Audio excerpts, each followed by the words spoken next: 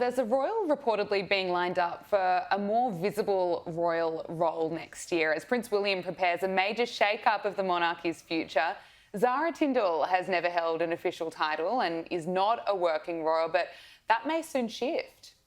Well, Zara, I think, is the perfect role model for William's new regime, not alone Charles's regime, but also William in the future, because she's visible, she's relatable, she's a dependable ally of William's now, no drama. She has her own career. She's not only a successful equestrian, she's a businesswoman. I've met her and I've seen her at the Gold Coast for the world standard Magic Millions event every year in January, and she is very impressive in person. I mean, her horse riding skills are just exceptional. I mean, she's a former Olympian, but also the way she mingles with the crowd and the ambassador role she naturally has as a royal. And I think the suggestion of this story is that Anne is kind of training her up to take over some of her duties if that needed to be done. Wow. There's no suggestion Anne's stepping away from the spotlight. She is our hardest working royal, but I think she'd like to maybe sort of sweep Zara into some of that play, and Zara's a perfect person for it. So a terrific ambassador. I think this is really good news. Yeah, that's exciting news, which the royal family definitely needs. They do. Meghan Markle, we have to talk about this interview with Harper's Bazaar. I cannot believe it. So she's stunned fans revealing a new Harper's Bazaar interview after a surprising behind-the-scenes detail about her conduct sent the internet into overdrive. So she appeared on the cover of Harper's Bazaar's December 2025/January 2026 art issue. She talked about how brave it was of her to sell jam. She dropped the fact, countless times that she was a founder. And it was revealed in this interview that even if there were only two people in the room, that Meghan Markle needed to be formally announced, formally welcomed. I mean, that's extraordinary. It is extraordinary, and to me, it speaks to the contradiction in Meghan's brand, which is she likes to style herself as the anti-royal rebel. She didn't want to do any royal duties, but she still wants the title. She still wants to be feted as a member of the royal family, which technically she's not, although she's married, of course, to Harry. She wants the privilege without the workload. So, and I thought this piece was excellent because the writer herself, who was very diplomatic in the circumstances, it became satire unintentionally, just by the way she described the interview. I think it was done in two parts for the feature, and no doubt that Meghan thought this would be a very loved up piece about her philanthropy and, being a working mum and giving everyone else advice on how to do that and running a global business, selling jam, etc., as you say.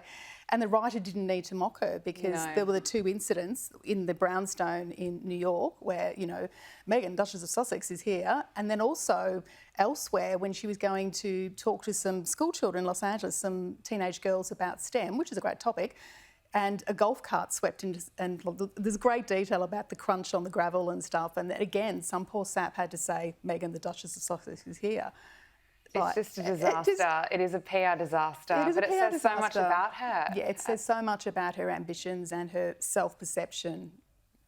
It's bizarre. Harper's Bazaar. Yeah. It certainly is. I mean, some of the claims that she made, how brave she was being, selling jams, being a working mum. It's painful to read. It's painful. Yeah. Now, royal author Robert Jobson has revealed new details on why King Charles might have kept that meeting with Prince Harry quite brief after announcing his cancer diagnosis. He claims that the palace actually made up a medical procedure to wind up King Charles's meeting with Prince Harry after the cancer news. He wrote, he didn't actually have to have a procedure.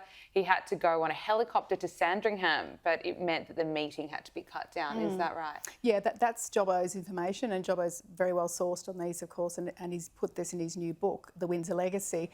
I do feel there's no malice here on Charles's part. I feel that when Harry sort of rapidly flew back to London upon hearing his father's cancer diagnosis in February last year, so 2024, he kind of invited himself. It wasn't scheduled, he wasn't summoned over. Charles had already spoken to him on the phone and said that he had cancer. So I think that given that Charles was newly being treated, chemotherapy or radiotherapy or whatever he was having, he was exhausted. It was also at the height of the Netflix saga, not long after Spare was released, so everyone was on high alert for any snippet of information, worried that it was going to end up in Spare 2.0. Yeah. So the royal household would have been worried about this, but Charles himself would have been exhausted and probably more concerned about his health, of course. And so, the meeting was cut short with a procedure, which meant jumping on a chopper and sort of escaping to Sandringham.